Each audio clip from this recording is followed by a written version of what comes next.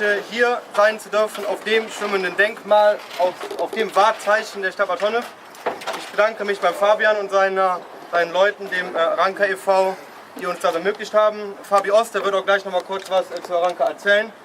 Vielen Dank, dass wir hier sein dürfen.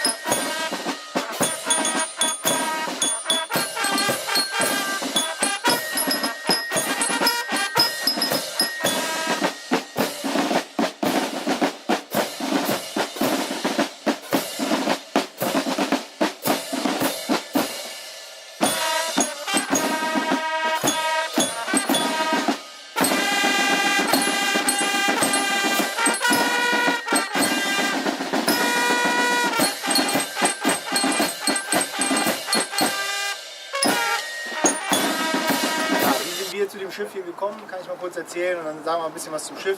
Ich glaube, der Andreas hat euch auch schon unten oder einige von euch den Film unten gezeigt, noch ein bisschen das Museum wahrscheinlich, weil unsere Idee ist halt eben, dass wir gesagt haben, dieses Schiff, was ja jetzt in einem relativ guten Zustand wieder ist, wollen wir halt eben auch wirklich den Bad Honnefern zugänglich machen, dass man hier rüberkommt, dass man aber eben auch weiß, was hier früher mitgemacht worden ist und wie das Handwerk des Fischfangs, ob das Netze stricken ist und so weiter und insgesamt halt eben die Bedeutung dieses Handwerks hier vor Ort, was das überhaupt. Haben wir auch die Idee mit dem Aalkönigsfest, das war im Jahr 2003 das erste Mal und hatten die Möglichkeit halt eben wirklich dieses Schiff nach dem Aalkönigsfest in die Werft zu schicken.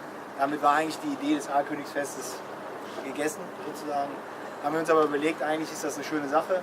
Und wenn wir das so weiter fortführen, dann können wir den Reinerlös von diesem Schiff halt eben von dem Fest in soziale Projekte hier in Bad Honnef schieben.